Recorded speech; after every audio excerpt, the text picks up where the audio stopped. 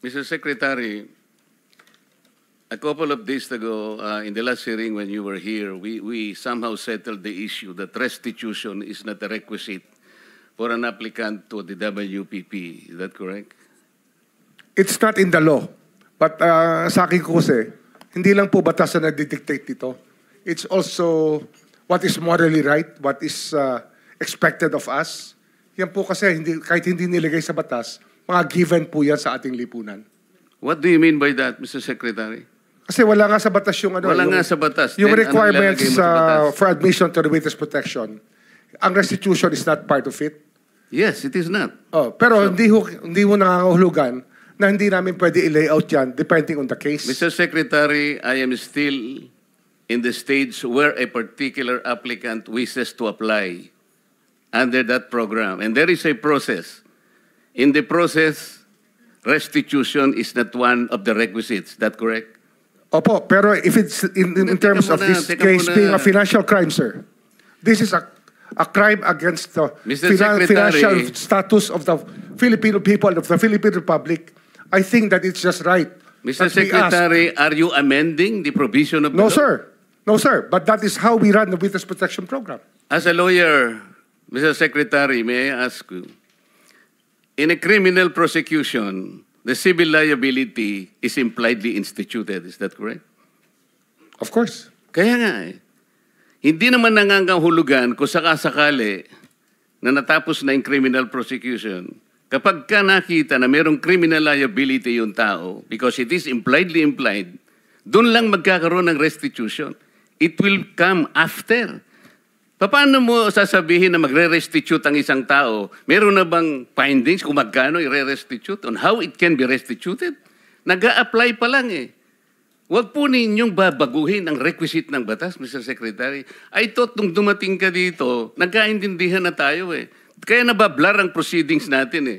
Kaya nga kinote ni, siguro, ang chairman kanina gusto kong ituloy ito. Sinabi niya, nagpa-interview siya, na goodwill and sincerity should be done para itest. Pwede ba yung ganito? I respect your opinion, sir. But it is not my opinion, it is in the law, Mr. Secretary. Yes, sir. Yes, sir. But I am operating... The arbiter sir, is the law. Sir? May I speak, sir? Yes, you are. I'm operating from the vantage point of the reason behind the law, sir. What is the reason behind the law? So that we can get justice, and justice can only be attained if there is restitution. So that is the principle behind all of these things that we are talking about now. Mr. Secretary, restitution will come after. It cannot be. Sir, it can come before or after, sir. It can come before or after. You cite the law that it come before. Wala nga po sa batas eh.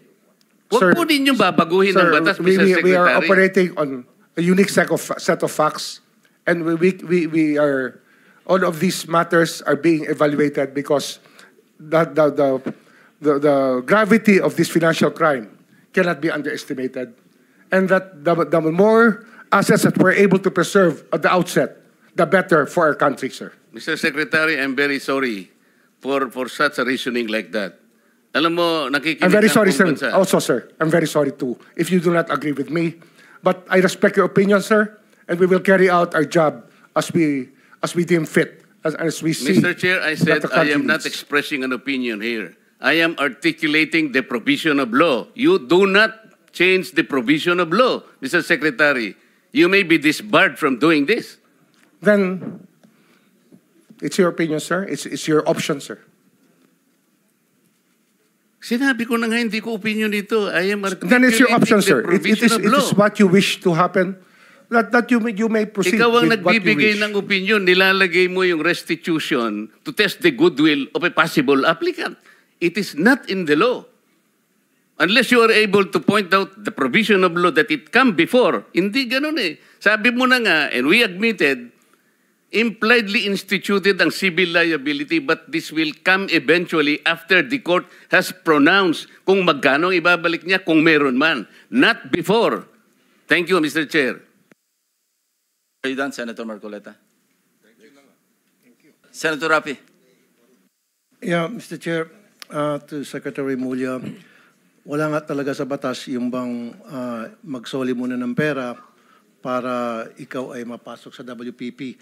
Pero kung pagbabasehan natin yung kagusto ng taong bayan, ang galit ng taong bayan, na gusto nilang magpakita in goodwill yung accused bago siya mapunta sa WPP, siguro mas maganda kung sundin natin yung kagusto ng taong bayan, right? Opo. Thank you, Mr. Chair.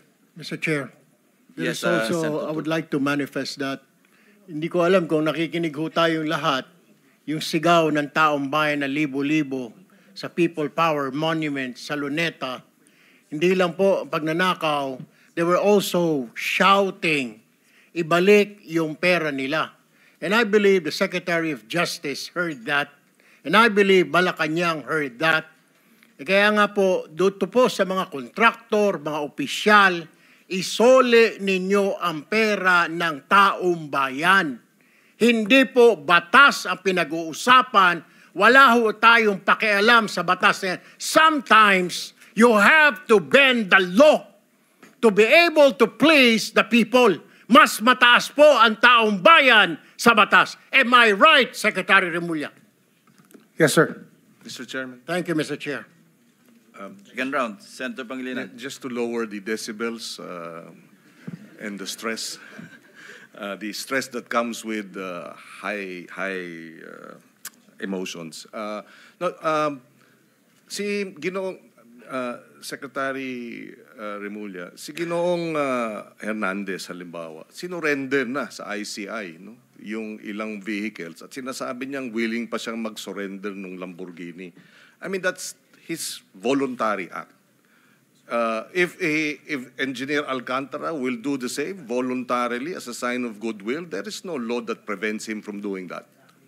So therefore, we this restitution issue, while it is the law, does not prevent the government from being broader, mas malawak ang kanyang pag-implementa ng mga programa at mga batas, lalo na pag voluntary ang pagbigay ng mga malalaking, yung mga mamahaling sasakyan, voluntaring ilabas itong isurrender ang mga pondo, etc. Hindi po ba?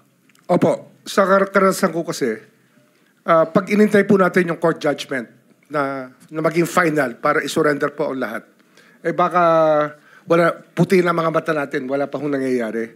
Kaya habang maaga po, we try to get as much para maibalik na po sa taong bayan yung dapat hong ibalik. In fact, yung pagbabalik is a sign of cooperation, which the courts will eventually consider when it sentences or if it provides the exemption and the immunity. Hindi po ba?